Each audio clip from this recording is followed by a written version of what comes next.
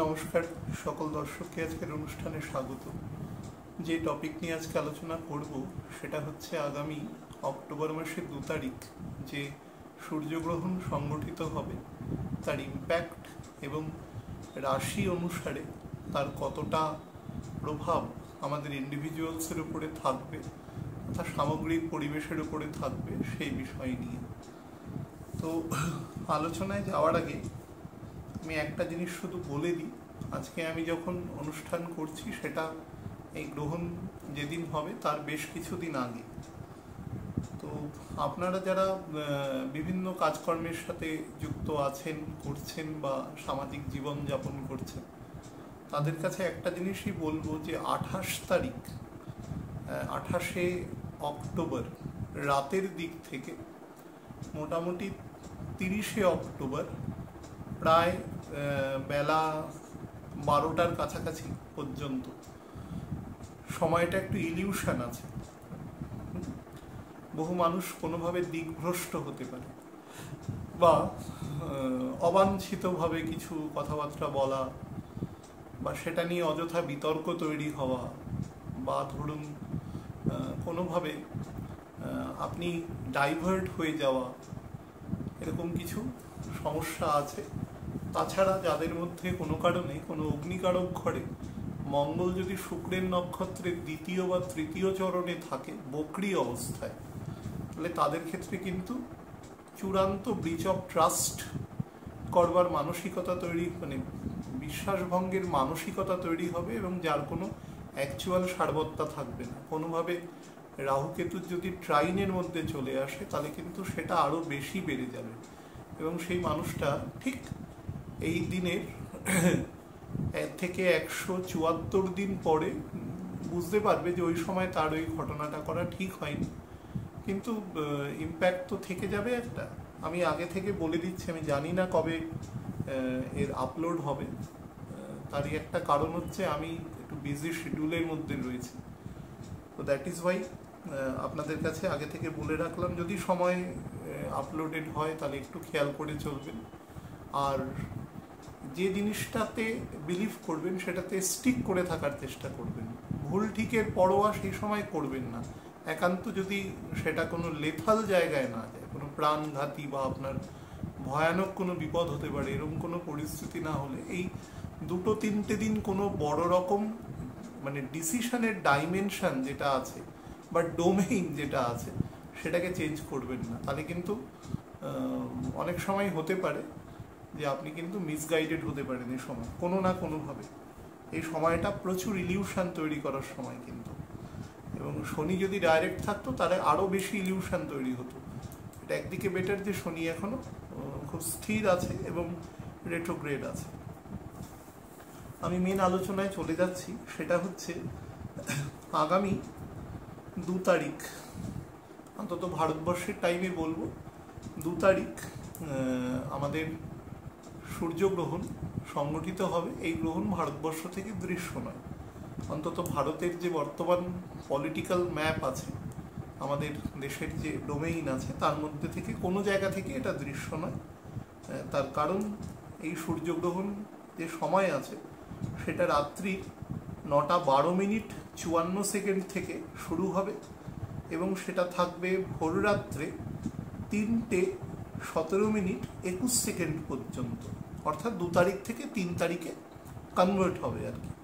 এই সময়টা আমাদের পিতৃপক্ষের অবসান এবং দেবীপক্ষের শুরু, সর্বপিতৃ অমাবস্যা থাকবে সেই দিন হবে। গত বছরও 14 তারিখ এই একই জায়গায় গ্রহণ সংগঠিত হয়েছিল।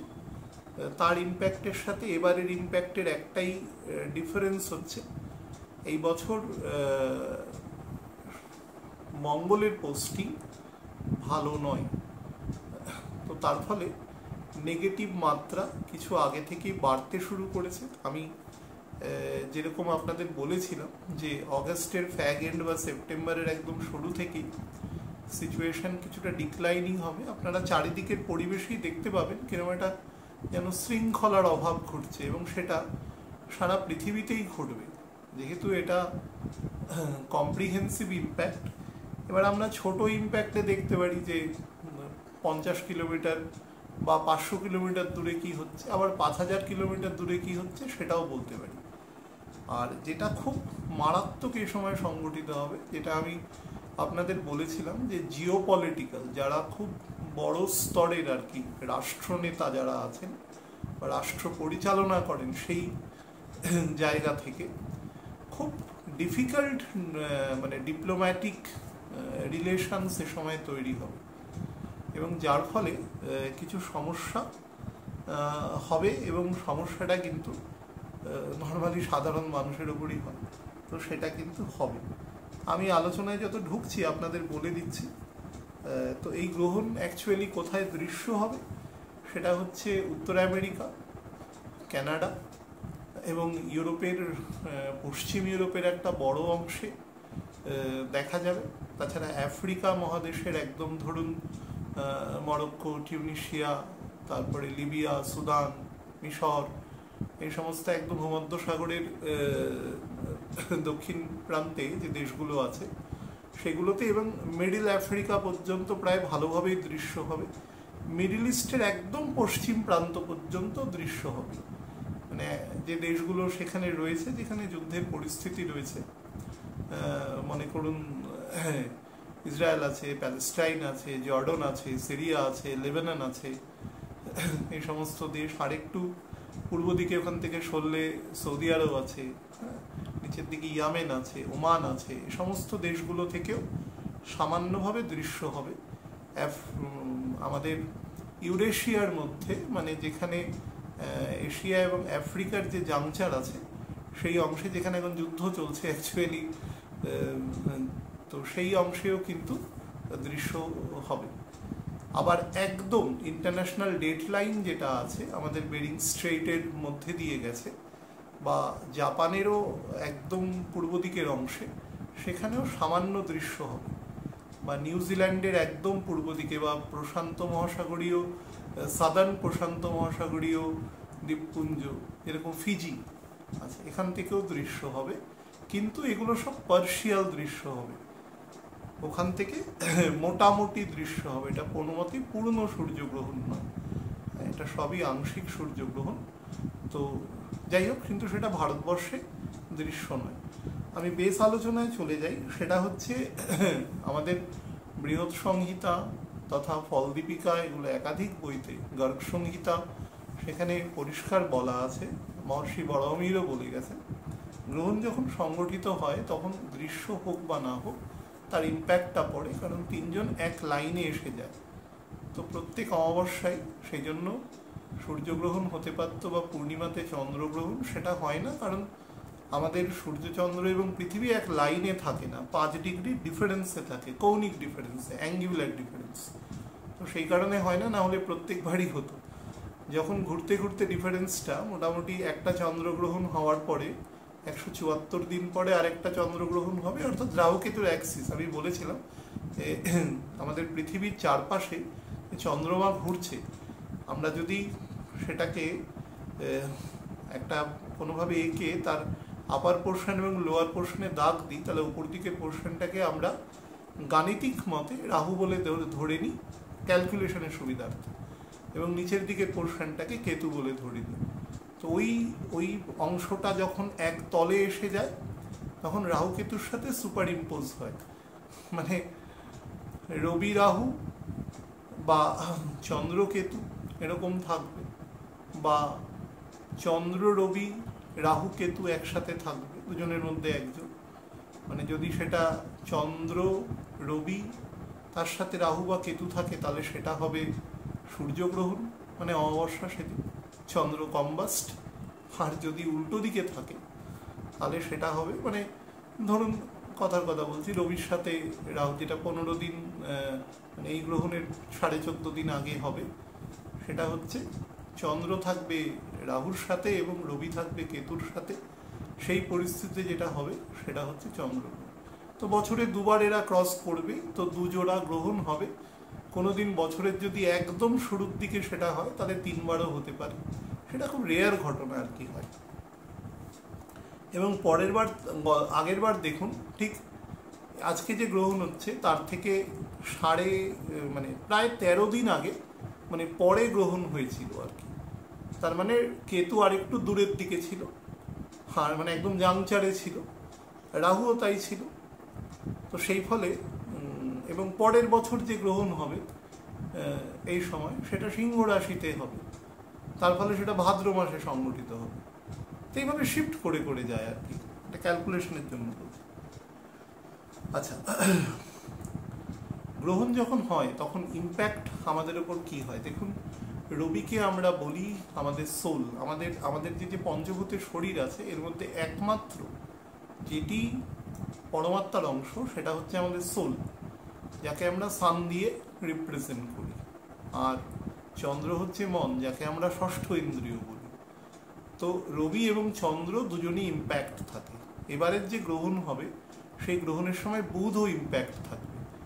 অ্যাকচুয়ালি আমি যে ডেট দুটো একদম শুরুতেই বললাম, 3টে ডেট, 28 তারিখ একটা টাইমের পর থেকে 30 তারিখ প্রায় বেলা 12টা পর্যন্ত, এই সময়টা বুধ, রবি এবং কেতু তিনজনেই হস্তা নক্ষত্রে থাকবে এবং মেষ রাশির নবাংশে থাকবে। শনিও সেখানে অবস্থিত রয়েছে নবাংশে। জায়গাটা ভালো নয়, সেটা আমি শুরুতে বলে দিয়েছি। আর বুধও এক্ষেত্রে কেতুযুক্ত থাকবে। আমি আপনাদের অনেকবার বা বুধের আলোচনাতেও বলেছি যে বুধ যদি কখনো রাহু কেতু যুক্ত হয়ে যায় তাহলে বুধের মধ্যে সঙ্গদোষ তৈরি হয়, মাথাটা না ডার্টি হয়ে যায়। ধরুন চিন্তা করছে হঠাৎ মনে হলো এই লোকটাকে একটুখানি বিরক্ত করি, তো হঠাৎ তার মাথার মধ্যে, এটা আমি দেখেছি যাদের মধ্যে রাহু কেতুর মানে জেনারেল সংযোগ আছে, আর থাকলেও বুঝতে পারবেন আইস দেখে, কপালের সাথে আইসের সংযোগ দেখে, হ্যাঁ উচ্চতা দেখে, এগুলো দেখেও বুঝতে পারবেন। উচ্চতা যদি মহিলা হিসাবে মানে জাতিকা হিসাবে যদি মাঝারি থেকে ওপরের দিকে উচ্চতা হয় তাহলে বুঝবেন যে সেখানেও সেই রকম জাতীয় কিছু সংযোগ থাকতে পারে, তবে তাদের লিনিয়ার বডি হয়।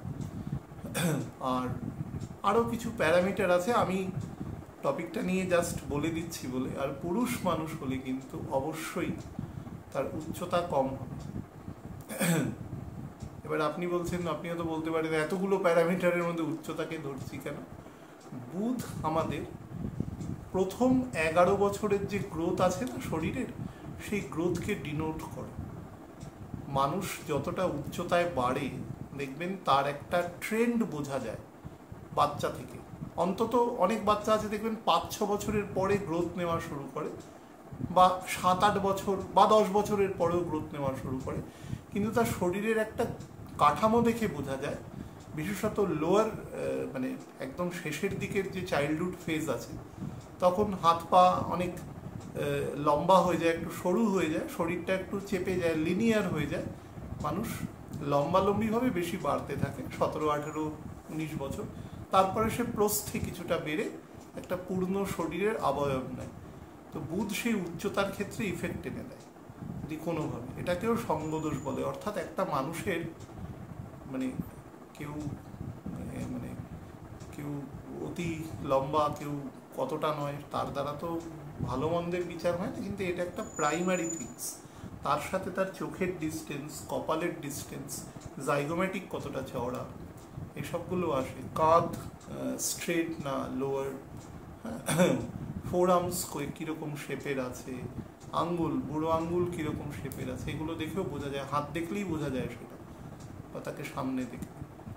তো এই ধরনের প্রকৃতি হয়। কিন্তু অ্যাপারেন্টলি একটা মানুষকে সেই বিখ্যাত ব্যক্তির, বিখ্যাত বাঙালির উক্তি উচ্চতা নিয়ে যে বলে গেছেন আমাদের মহান বাঙালি, যে সেটা প্রথম মানুষের চোখে আসে, তাকে পাল্টা প্রশ্ন করা হয়েছিল না, মানুষ দেখলে প্রথমে উচ্চতা চোখে পড়ে। হ্যাঁ, আমি সেই জন্য একটু মজা করে বললাম ব্যাপারটা, কিন্তু এটা ওয়ান অফ দ্য ক্রাইটেরিয়াস আর কি। যাই হোক, এবার এই গ্রহণ সংগঠিত হচ্ছে তখন রবি এবং থাকবে আমাদের হস্তা নক্ষত্রে। হস্তা নক্ষত্র আপনাদের আগেই বলেছি, চন্দ্রের যে কোনো নক্ষত্রের মধ্যে প্রাইমারি কোয়ালিটি থাকে একদম। প্রাইমারি কোয়ালিটির মধ্যে রবি থাকবে, এবং রবি চন্দ্রের নক্ষত্রে খুব কমফোর্টেবল থাকে, যে কোনো চন্দ্রের নক্ষত্রে। কারণ আপনাদের অনেকবার বলেছি যে রবির যে দশা, যে 6 বছরের দশা, সেটা রবি নিজে দশায় নিজের ফল না দিয়ে তার দ্বাদশপতির ফল দেয়। অর্থাৎ বাবা অনেক সময় তার রোলটা মাকেও প্লে করতে বলে, ন্যাচারালি আমি বলছি, এবং মা সেটা কিন্তু মোটামুটি দক্ষতার সাথেই করে থাকে। এটা যুগ যুগান্তর ধরে একটা সহজাত প্রবৃত্তি, শুধু মানুষের ক্ষেত্রে নয়, অন্যান্য পশু পাখির মধ্যেও সেটা আছে। মায়ের রোলটা সবসময় ভিভিড থাকে, সেটা কারোর সাথে মানে কম্প্যারিজন থাকে না। এক্সেপশন আছে, কিন্তু সেটা আমার উদাহরণের জন্য নয়। তো সেই হিসাবে রবি যখন হস্তা নক্ষত্রে থাকবে, তো রবি যে ঘরে থাকে সেই ঘরকে আলোকিত করে, সেই ঘরকে সবসময় গ্লোরিফাই করে, সেই ঘরের গুণকে ত্বরান্বিত করে। এই জন্য রবি তার মূল ত্রিকোণের 10th হাউসে গিয়ে সব থেকে বেশি বলি হয়, কারণ রাজা তার এক্সিকিউশনকে ফুল ফ্লেজেডলি সেটাকে মানে করতে পারে, তার যে অর্ডার সেগুলোকে সে এক্সিকিউট করতে পারে। এখানে হস্তা নক্ষত্রে যখন রবি থাকছে এবং তখন গ্রহণ সংগঠিত হচ্ছে, তো হস্তা নক্ষত্র হচ্ছে সর্বপ্রকার, চন্দ্রের নক্ষত্র সবসময় ক্রিয়েটিভিটির সাথে যুক্ত, প্রাইমারিটা হচ্ছে প্রধান, সেকেন্ডারিও থাকবে। তো সেই হিসাবে প্রাইমারি জায়গার মধ্যে আর্ট অ্যান্ড কালচার, আমাদের প্রিন্ট বা ইলেকট্রনিক মিডিয়া, বা কোনোভাবে ধরুন বুধের এক্সল্টেশনের স্থান না, তো বুধের যে গুণ আছে, কোঅর্ডিনেশন ক্ষমতা, তার সাথে ধরুন কোনো একটা, বুধ মানে কি আমাদের ট্রেড, বার্টার, মার্কেটিং, কোনো জিনিসকে সেল করা, সেটাকে সেই ধরনের ভাবে জিনিসটা অ্যাডভার্টাইজ করা, সেই ধরনের গুণ কিন্তু তৈরি করে। তার সাথে চন্দ্রের নক্ষত্রের মধ্যে সবসময় একজন হিলারের গুণ বর্তমান থাকে। কারণ দেখবেন মা মানে চন্দ্র, তো মায়ের কি হয়, বা বাচ্চা শিশু হয়তো কোনো কারণে জ্বর হয়েছে, শরীর খারাপ হয়েছে, মা যখন কোলে নেয় না, দেখবেন বাচ্চারা আপাত শান্তি পায়। এটা আমরা ব্যক্তিগত এক্সপিরিয়েন্স থেকে বলছি। এটা কেন হয়? কারণ মায়ের একটা অন্যরকম পরশ আছে, একটা বয়স অবধি মায়ের শরীর থেকেই তো সেই বাচ্চাটি এসেছে, ফলে মায়ের সাথে তার একটা নারীর যোগ, আমরা কথায় কথায় বলি না যে নারীর যোগ থাকে, তো সেটা মায়ের সাথেই থাকে। তো সেই গুণটা থাকে তার মধ্যে, তার মধ্যে একটা হিলিং এবিলিটি আছে ন্যাচারাল। বা মা একটা ব্যাপারে কনফিডেন্স দিলে এখনো আমরা সেই কনফিডেন্সটা অনেকটা বেশি পাই যে কোনো ম্যাটার। তো সেই দিক থেকে এই গুণগুলোকে না ডিসেন্ড করে দেবে, কমিয়ে দেবে, কমাতে শুরু করে দিয়েছে অলরেডি। তো কমাতে যখন শুরু করেছে, এবং এটার সর্বাধিক বহিঃপ্রকাশ ঘটবে যখন গ্রহণটা সংগঠিত হবে, এবং তারপরের 161 দিন এই প্রসেসটা থাকবে। তাহলে 2 তারিখের পরে 5 মাস, 5 মাস মানে অক্টোবর, নভেম্বর, ডিসেম্বর, জানুয়ারি, ফেব্রুয়ারি, এই 5 মাস, তারপরেও আরও 4 দিন, তার মানে মার্চ মাসের 4 তারিখ পর্যন্ত এই যে ইম্প্যাক্ট, সেই ইম্প্যাক্ট বজায় থাকবে। আমি আপনাদের প্রত্যেককে বলেছি যে মার্চের এন্ড পর্যন্ত সাবধানে থাকবে, কারণ তখনও সেখানে 2টো গ্রহণ হবে। সেই গ্রহণের পরেও 15 দিন পর্যন্ত সাবধানে থাকা। কন্যা রাশি হচ্ছে 12টা রাশির মধ্যে সব থেকে চিন্তাশীল এবং সব থেকে লজিক্যাল রাশি। শনির রাশির লজিক হচ্ছে অন্যদিকে, কিন্তু বুধের লজিক হচ্ছে, বুধের এই পজিশনটা রবি থেকে দ্বিতীয়, এটা আমাদের মেটেরিয়াল কাম স্পিরিচুয়াল দুটো গুণই একসাথে বর্তায় এই ঘরের পঞ্চম এবং ষষ্ঠ ঘর যথাক্রমে শনির ঘর, ষষ্ঠ ঘর মূল ত্রিকোণের ঘর। তো আমাদের দৈনন্দিন জীবনে যে আমাদের চলতে গেলে যে আমাদের প্রেজেন্স অফ মাইন্ড লাগে, আমাদের বুদ্ধি লাগে, নিজেকে বাঁচিয়ে বা পরিস্থিতিকে বাঁচিয়ে কাজ করবার যে ক্ষমতা আমাদের দেয়, সেই জায়গাটা, বা ধরুন কাজের মধ্যে আমি 1 ঘন্টা সময় বার করলাম, সে সময় হয়তো নাম জপ করবো, এটাকে যে বার করা, এই গুণগুলো বুধ এখানে দেয় এবং খুব শান্ত করে, পরিস্থিতিতে কখনো হয় না। খুব জটিল পরিস্থিতিতেও তারা নিজেকে শান্ত রাখতে পারে।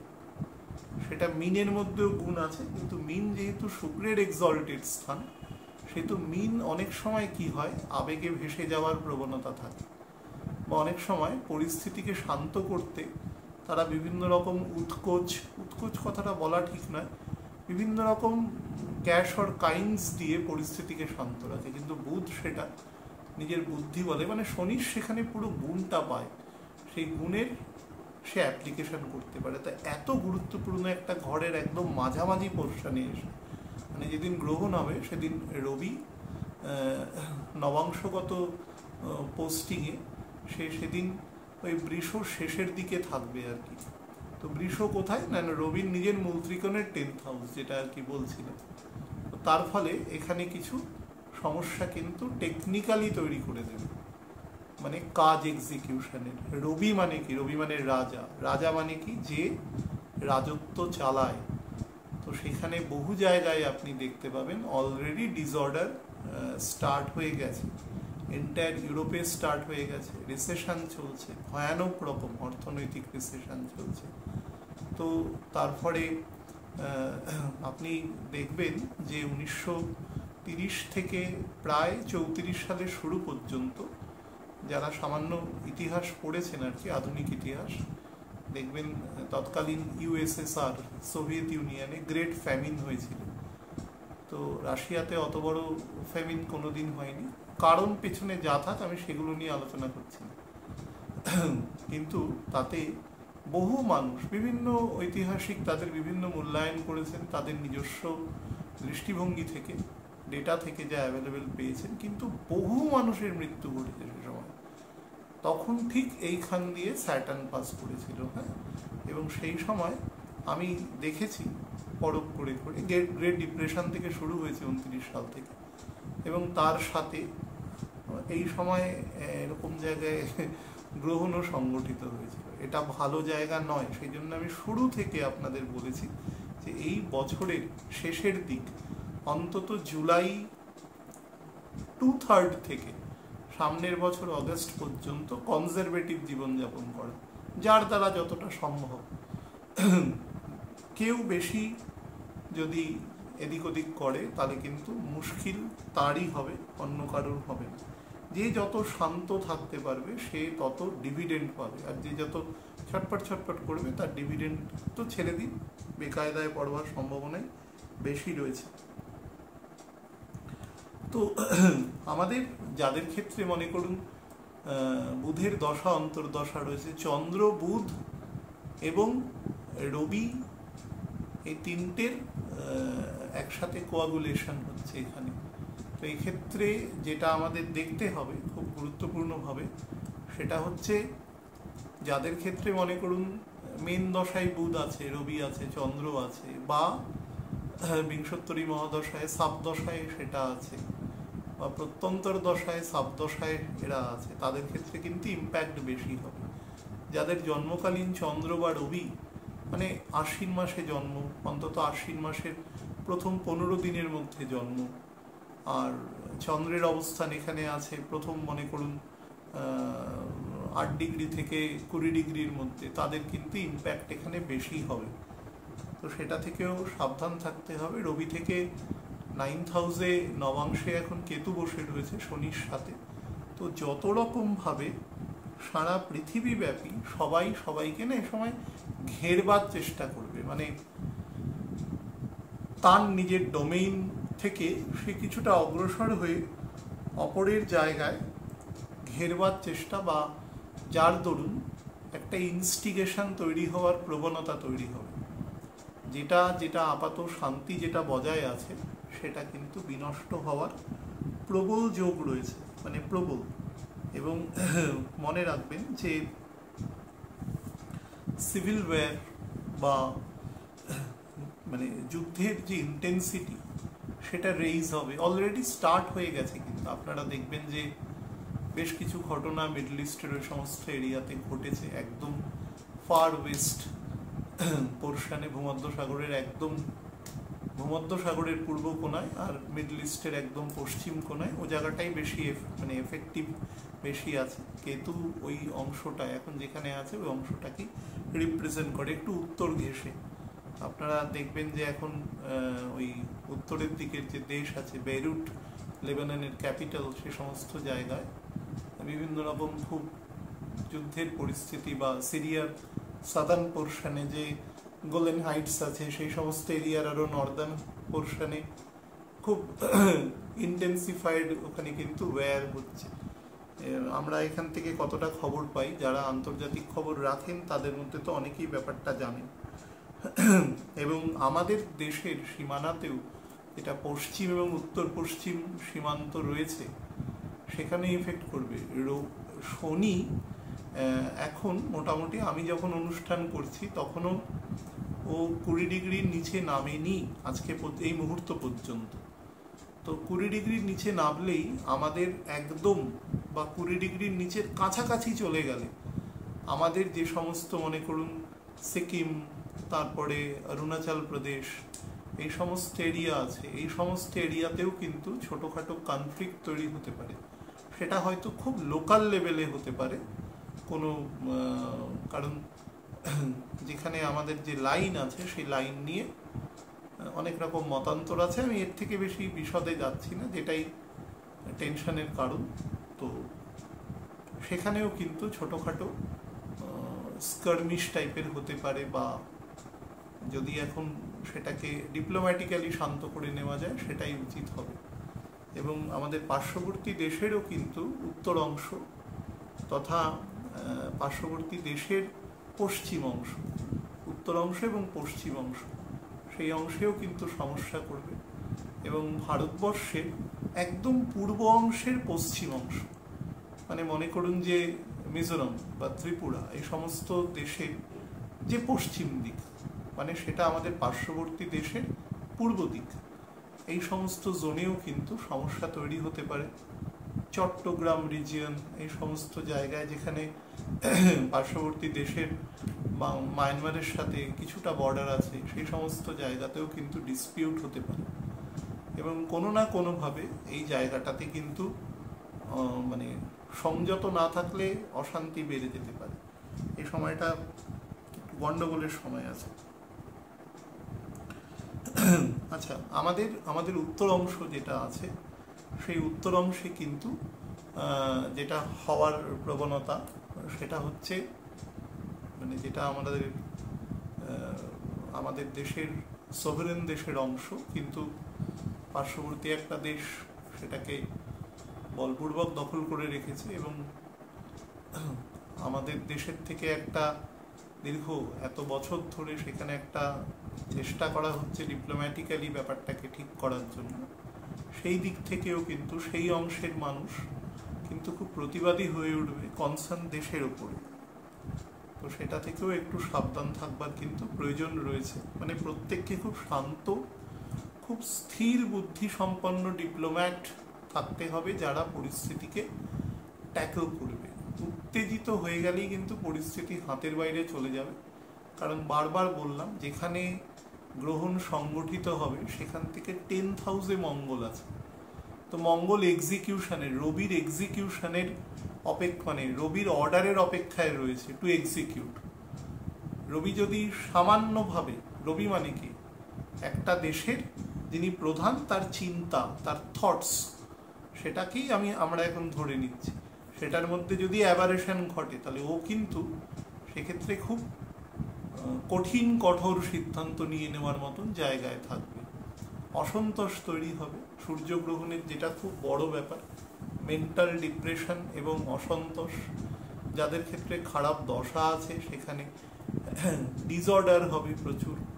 কোনো কাজ তার নির্দিষ্ট যে একটা সিনক্রোনাইজেশন মেনটেন করা কাজের ক্ষেত্রে, অর্ডার মেনটেন করে সেটাকে হওয়া, তারা থাকবে না। যাদের মধ্যে সহজাত উশৃঙ্খলতা আছে তাদের সেই উশৃঙ্খলতার মাত্রা বৃদ্ধি পাবে। তারা বুঝবেও না যে কখন তারা মাত্রা মানে অতিক্রম করে চলে গেছে।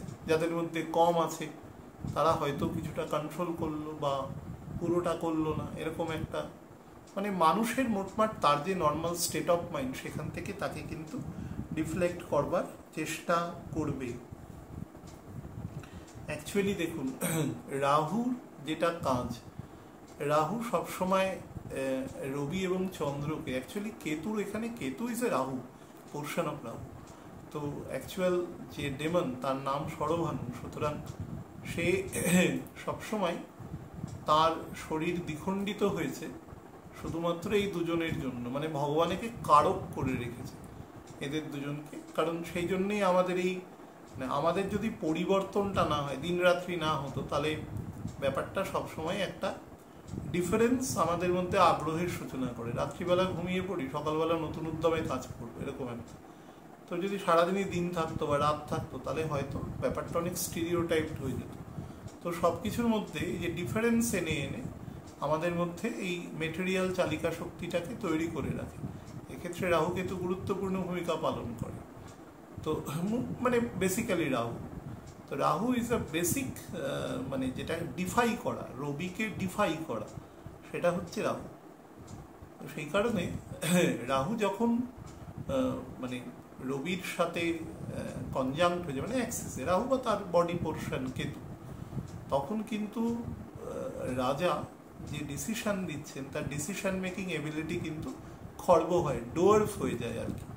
তো ডোয়ার্ফ হয়ে যাওয়ার জন্য কিন্তু তার সিদ্ধান্তহীনতায় তিনি ভুগতে থাকেন। তো সেখান থেকেও কিন্তু অনেক সমস্যা তৈরি হতে পারে, যেটা সামাজিক চেতনা বা চেতনার মধ্যে যে কনসেন্স সেটাকে নষ্ট করে।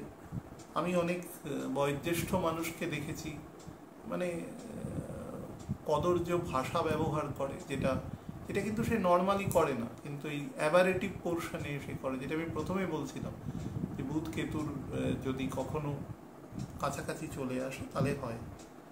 আর শারীরিক ক্ষেত্রে যেটা করে সেটা হচ্ছে রবি আমাদের কি করে, রবি আমাদের সোল, তো হার্ট পোর্শনকে অবশ্যই দেখে, তার সাথে রবি আমাদের পেট, পুরো ডাইজেস্টিভ পোর্শনকে দেখে। কোনো খাদ্য যখন গ্রহণ করছি তো পেটের মধ্যে টেম্পারেচার অনেক হাই থাকে, না থাকলে মানে with respect to the bodies outer temperature, না থাকলে এখানে খাবার হজম হবে না। তো পিত্তের সাথে রবির যুক্ত থাকে, মঙ্গলও যুক্ত থাকে।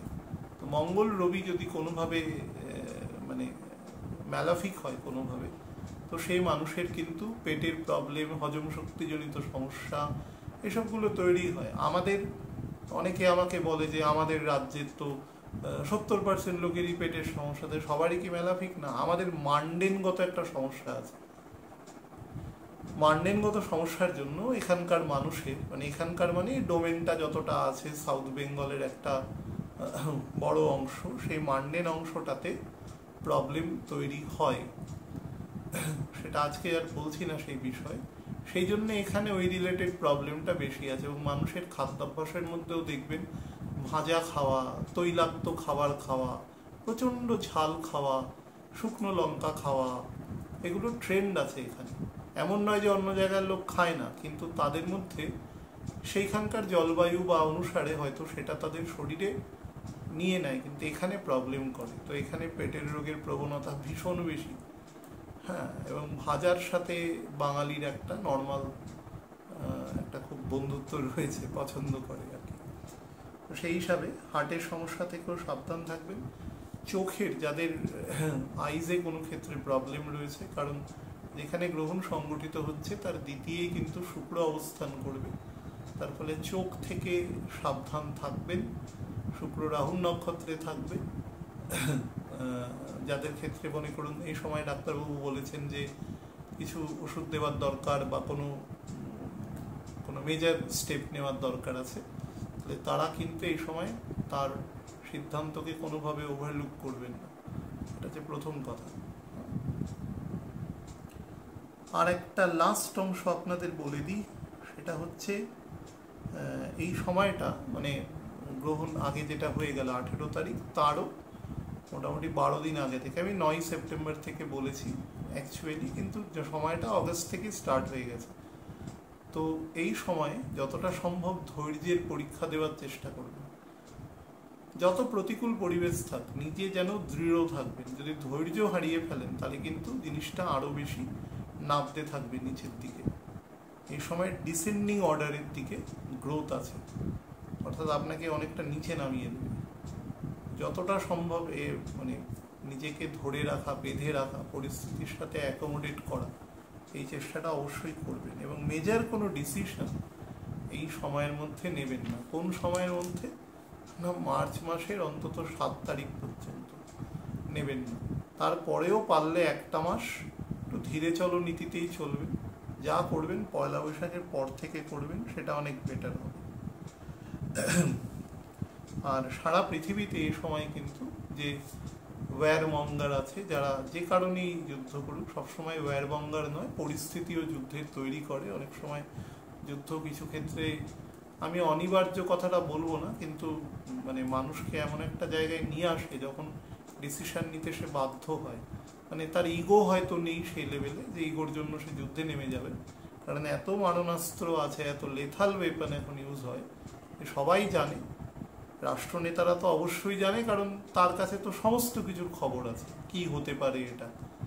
সুতরাং কখনোই চাইবে না সারা পৃথিবীতে ট্রেড অ্যান্ড ব্যালেন্স নষ্ট হয়ে যাবে, ইকোনমি ড্যামেজ হবে, তো তার ফলে তার দেশেরও ক্ষতি হবে। আর ওয়েপন প্রচুর দামি একটা ওয়েপন, অনেক দাম, মানে আমাদের ইমাজিনের বাইরে। আমাদের একটা মানুষ সারা জীবনে অত টাকা আয় করবে না যে একটা ওয়েপন যেটা চালাতে হয়তো 5 সেকেন্ড লাগবে, সেই সারা জীবনের পয়সা দিয়ে সেটা কেনা যায়। মানে যদি কেনা যেত, হাইপোথেটিক্যালি বলছি, যেটা কখনোই বাজারে বিক্রি হওয়ার জিনিস নয়, কারণ ওটা লাইসেন্সড, ওটা নির্দিষ্ট রাষ্ট্রকে প্রোটেকশন করার জন্যই সেটা তৈরি করা হয়েছে। তো কিন্তু আমি মজা করে বলছি, সেটা আমাদের সারা জীবনের ইনকামের সম্ভব হতো না, এত দাম। এরকম হয়তো 5 বছর ধরে সেরকম হাজার হাজার ওয়েপন ইউজ হচ্ছে। এই যে আমাদের রাশিয়া বা এখানে কত টাকা নষ্ট হচ্ছে। সুতরাং কেউ যুদ্ধে জড়াতে চায় না, কিন্তু পরিস্থিতি, গ্রহ যখন খারাপ জায়গায় থাকবে না, সেটাকে করিয়ে দেয়। বা এমন কিছু মানুষ আছে যারা অতটা দূরে চিন্তা করে না, তো তাদের ক্ষেত্রেও হওয়ার সম্ভাবনা থাকে। আচ্ছা, আমি এবার একটু ভিত্তিক বলে দিই, আপনাদের রাশি ভিত্তিক বলে দিই। দেখুন, যেগুলো চর রাশি আছে, মানে মেষ আছে, আমাদের কর্কট আছে, তুলা আছে এবং মকর আছে, এই যে 4টে রাশি আছে, এই 4 রাশির লোকের ক্ষেত্রে, এটা কিন্তু রাশি দিয়ে শুধুমাত্র বলবো, সেই দিনের 12 ঘন্টা আগে 12 ঘন্টা পরে, অর্থাৎ 24 ঘন্টার অংশ, তাদের ক্ষেত্রে কিন্তু এই গ্রহণের যে প্রকৃতি বা নেগেটিভ ইম্প্যাক্ট, সেই নেগেটিভ ইম্প্যাক্টের পরিমাণ মোটামুটি 55 থেকে 65% পর্যন্ত আছে। মূলত ফিজিক্যাল বা মেন্টাল হেলথ, সেটাও ফিজিক্যাল পোর্শনই ইফেক্ট করবে। কোনো কারণে বাকবিতণ্ডা, তর্ক বিতর্ক বা অত্যাধিক পরিমাণে ইমোশনাল হয়ে কোনো কথা বলে দেওয়া এবং তার পরিপ্রেক্ষিতে পরিস্থিতি অনেক বেশি জটিল আকার ধারণ করা, এই ধরনের ব্যাপার কিন্তু সৃষ্টি হতে পারে। বা এরকম সৃষ্টি হতে পারে যে, মনে করুন আপনি কারুর জিনিস ভাড়াতে নিয়েছেন, বা ধরুন কোনো জমিতে চাষ করছেন, লিজ নিয়েছেন, হঠাৎ করে সেই ব্যক্তি চড়াও হয়ে বলতে পারে যে না, আমি এটা দেবো না বা নেব না। অর্থাৎ কোনো ইমুভেবল প্রপার্টি থেকেও কিন্তু দ্বন্দ্বের সৃষ্টি হতে পারে, এবং এই দ্বন্দ্বের ক্ষেত্রে কিন্তু খুব দুঃখজনকভাবে বলছি, সিবলিংসদের মধ্যেও কিন্তু হতে পারে। তো সেই ব্যাপারে সতর্ক থাকবেন। মানে এই 1-1.5 দিনের ইম্প্যাক্ট, অন্তত রবি যতক্ষণ মিথুন রাশির নবাংশে চলে না যাচ্ছে, মোটামুটি ধরুন ওই অক্টোবর মাসের 4 তারিখ, 3 তারিখ হয়তো, বা 4 তারিখ, 3 তারিখ সম্ভবত, সেই পর্যন্ত সময়টা একটু শান্তভাবে কাটানোর চেষ্টা করবে। মানে 16 ডিগ্রি 40 মিনিট ক্রস করে যাচ্ছে আর কি, সেই পর্যন্ত সাবধানে থাকা। 16 ডিগ্রি নয়, ভুল বলছি, 16 ডিগ্রি 40-এর ওপরে যাওয়ার চেষ্টা করছে, সেই পর্যন্ত স্থির থাকার চেষ্টা করবেন আর কি। আর যানবাহন চালাবেন খুব সাবধানে। শুক্রের পোস্টিং এই মুহূর্তে খুব ভালো জায়গায় নেই। স্থির স্বভাবযুক্ত যে রাশি আছে, অর্থাৎ 2 বৃষ, সিংহ, তারপরে হচ্ছে আমাদের 1-2 আছে, 5 আছে, 5-এর পরে 9 আছে, এবং 9-এর পরে 12 আছে। তো এই যে 4টে আছে, মানে ধনু এবং মীন, তাদের ক্ষেত্রে বলবো যেটা, সেটা হচ্ছে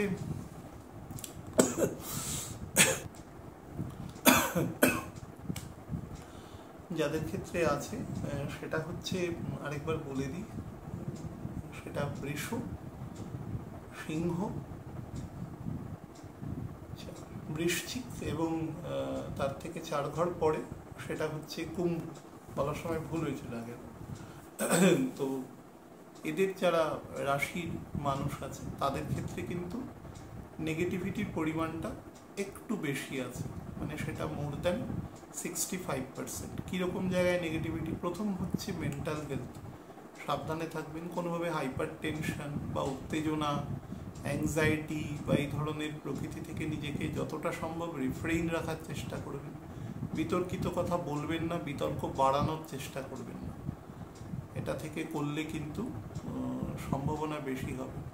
হয়তো আপনার মনে হচ্ছে যে একে আমি একটু অপমান করতে পারলে আমার মানসিক শান্তি পেতাম, কিন্তু যা করবেন সেটা কিন্তু রিফ্লেক্টিভ ওয়েতে আপনার কাছেই চলে আসবে। তো সেটা থেকেও সাবধান থাকবার চেষ্টা করবেন। বা ধরুন কোনো মানুষ কোনো সময় হয়তো আপনার সাথে খারাপ ব্যবহার করেছে, এখন আপনার হয়তো একটু ভালো সময় আছে with respect to that time, মানে মেটেরিয়াল দৃষ্টিকোণ থেকে, এখন আপনি তাকে হয়তো একটুখানি প্রেশার ক্রিয়েট করবার চেষ্টা করলেন। এই সময় এরকম মানে মানে শিশু সুলভ এবং একদম ওয়াইড অফ দ্য মার্ক চিন্তাভাবনা কিন্তু ভুলেও করবেন না। এগুলো মনে রাখবেন। আমরা মায়াবাদের মধ্যে বসবাস করি, যা করি তার রিফ্লেকশন হয়ে আসে। আপনি যা করবেন সেটার রিফ্লেকশন আপনাকে পেতে হবে। যত বেশি ডিজায়ার রাখবেন তত বেশি সমস্যা আপনাকে ভোগ করতে হবে। আর সন্দেহবাতিকতা, আমি যেটা প্রথমেই বলেছিলাম, সন্দেহবাতিকতা হচ্ছে এমন একটা জিনিস যা আপনাকে কোনো দিন কোনো জায়গায় শান্তি দেবে না। আপনি হয়তো ব্যালেন্স শিটে খুব ভালো সুন্দর মিলিয়ে দেবেন নিজের জীবন, কিন্তু সামাজিক বা আধ্যাত্মিক জীবনে কোনো ব্যালেন্স শিট হয় না। এটা কোনো ব্যাংক বা অফিস নয় যে আপনি সেখানে হিসেব মিলিয়ে বাড়ি চলে যাবেন। সেটা করবেন না, তাতে আপনার প্রতিপক্ষের সাথে অহেতুক অশান্তি বৃদ্ধি পাবে এবং এই অশান্তি কিন্তু আপনার পিতৃকুল মানে বাবা, কাকা, ইভেন মামা, আমি মাতৃকুলের সাথেও বলছি, মানে ইকুইভ্যালেন্ট টু ফাদার, তার সাথে আপনার ক্ষেত্রেও কিন্তু ঘটতে পারে। আপনার যদি কোনো বোন থাকে এবং তার হাজব্যান্ডের সাথেও কিন্তু মনোমালিন্য হতে পারে। আপনি ফিমেল হলেও হতে পারে, কিন্তু এমন আমি মেল ফিমেল বলে বলছি না। তো কতগুলো বিষয়ে সাবধান থাকবেন। এন্ডোক্রিন গ্ল্যান্ডের দিকে যত্ন নেবেন, বিশেষত থাইরয়েডের দিকে যত্ন নেবেন, ডান দিকের কিডনির যত্ন নেবেন এ সময়।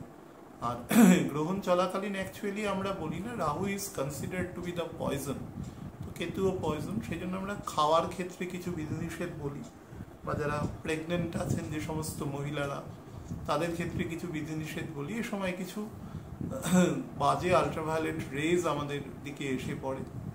এই সময় আমরা কি করি? আমরা বলি যে আকাশের দিকে তাকাতে না, গ্রহণ হচ্ছে। যদিও যখন হবে তখন তো সূর্য থাকবে না, আমাদের এখানে অন্তত থাকছে না, কিন্তু তবুও সেটা না করাই ভালো।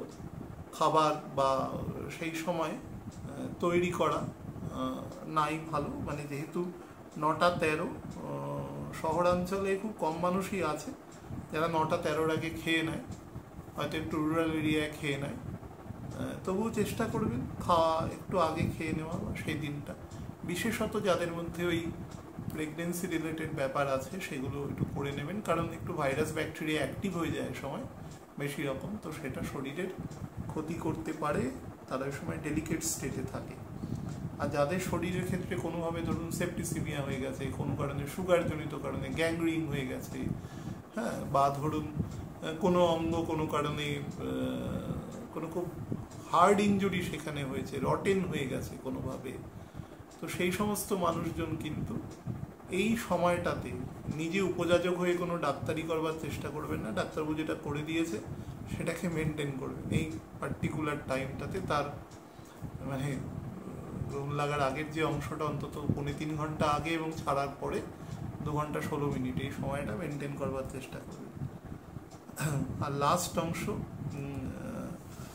দ্বিস্বভাব যারা আছে, অর্থাৎ সেক্ষেত্রে আমাদের মিথুন আছে, আমাদের কন্যা আছে, আমাদের ধনু আছে এবং মীন আছে।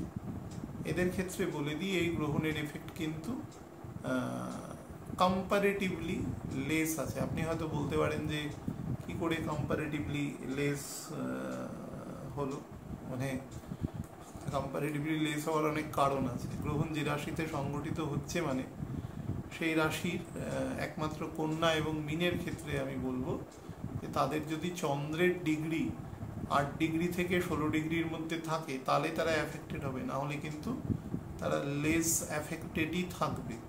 তবে সেই জায়গায় যদি কোনো কারণে মঙ্গল বক্রী হয়ে যায়, যেরকম ধরুন 14 সালে যে বাচ্চা জন্মেছে মার্চ মাসে এপ্রিল মাসে বিশেষত তাদের মঙ্গল কন্যার ঘরে বক্রী রয়েছে, মনে করুন সেখানে চন্দ্র রয়েছে, তার পরের ঘরে শনি রাহু রয়েছে, বা তার 31 বছর আগেও মঙ্গল সেখানে বক্রী ছিল সেই সময়, মানে 1981 সালে।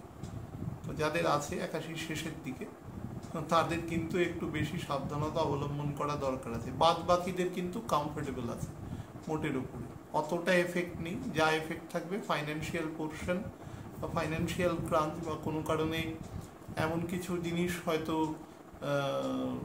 বিশেষত ইলেকট্রনিক্স গুডস এমন কিছু কিনে ফেললেন, পরে দেখলেন সেটাতে গন্ডগোল আছে। হ্যাঁ, এই মুহূর্তে বলে দেওয়া দরকার এই সময়টাতে পার্টিকুলার ডেটাতে ইলেকট্রনিক্স গুডস কেনার সময় কিন্তু যথেষ্ট সাবধানতা অবলম্বন করে কিনবেন, দেখে নেবেন, এক্সপার্ট অ্যাডভাইস নিয়ে নেবেন, নাহলে কিন্তু গন্ডগোল হতে পারে। ভেহিকেলেও কিন্তু গন্ডগোল হতে পারে পার্টিকুলার ডেতে। হ্যাঁ, আমি আপনাদের বলেছিলাম যে প্রভূত পরিমাণে বৃষ্টি হবে, দেখবেন। আমি আজকে অনুষ্ঠান করছি অ্যাকচুয়ালি 24 তারিখ, তো দেখবেন বৃষ্টি হবে, নর্দার্ন বেল্ট মারাত্মকভাবে ভাসবে এই বৃষ্টিতে। উত্তর দিকের অংশ ভারতবর্ষের, আমি মধ্য অংশ থেকে বলছি, উত্তর দিকের অংশ বেশি করে ভাসবে। তো সাবধান, আমাদের অংশেও হবে এরপরে আবার। তো একটু সাবধানে থাকবেন। যত ইলেকট্রনিক্স গুডস বা ধরুন আপনাদের কোনো টেলিফোনের টাওয়ার আছে বাড়িতে বসানো, অনেক বাড়িতে থাকে আমি দেখেছি, ব্যাংকের এটিএম আছে নিচে, সেখানেও অনেক সময় বেশ কিছু হাই সিকিউরিটি থাকে। মোটমাট কারেন্ট বা এই সমস্ত জায়গা থেকে নিজেকে বাঁচিয়ে রাখবেন। বা ধরুন যেখানে ইন্টারনেটের তার আছে বিভিন্ন রকম, সেগুলো থেকেও কিন্তু সাবধানতা অবলম্বন করবেন। এমন বস্তু যে বস্তু দিয়ে কাটা যায়, মানে এখন দেখবেন অনেক রকম করাত আছে যেগুলো ইলেকট্রনিক্যালি চলে, খুব জোরে চলে, খুব সুইফট কাজ হয়, কিন্তু মারাত্মক বিপজ্জনক। 19 থেকে 20 হলেই কিন্তু কি হয়ে যেতে পারে তার কোনো মাত্রা নেই। তা যারা এই সমস্ত কাজ করেন বা করান দুজনেরই কিন্তু সতর্কতা থাকা উচিত এই দিনগুলোতে পার্টিকুলারলি। ইভেন যারা গ্যারেজ বা গাড়ির নিচে শুয়ে গাড়িতে ইঞ্জিনিয়ারিংয়ের কাজ করছেন কোথাও, তাদেরও ক্ষেত্রে কিন্তু খুব বিশেষত হেভি ভেহিকেল যেগুলো, খুব সাবধান। যারা 2 চাকার গাড়ি চালান তাদের ক্ষেত্রেও সাবধান। যাদের ক্ষেত্রে রিউমেটয়েডের প্রবলেম আছে তারা এই দিনটাতে পার্টিকুলারলি সাবধানে থাকবেন। নমস্কার।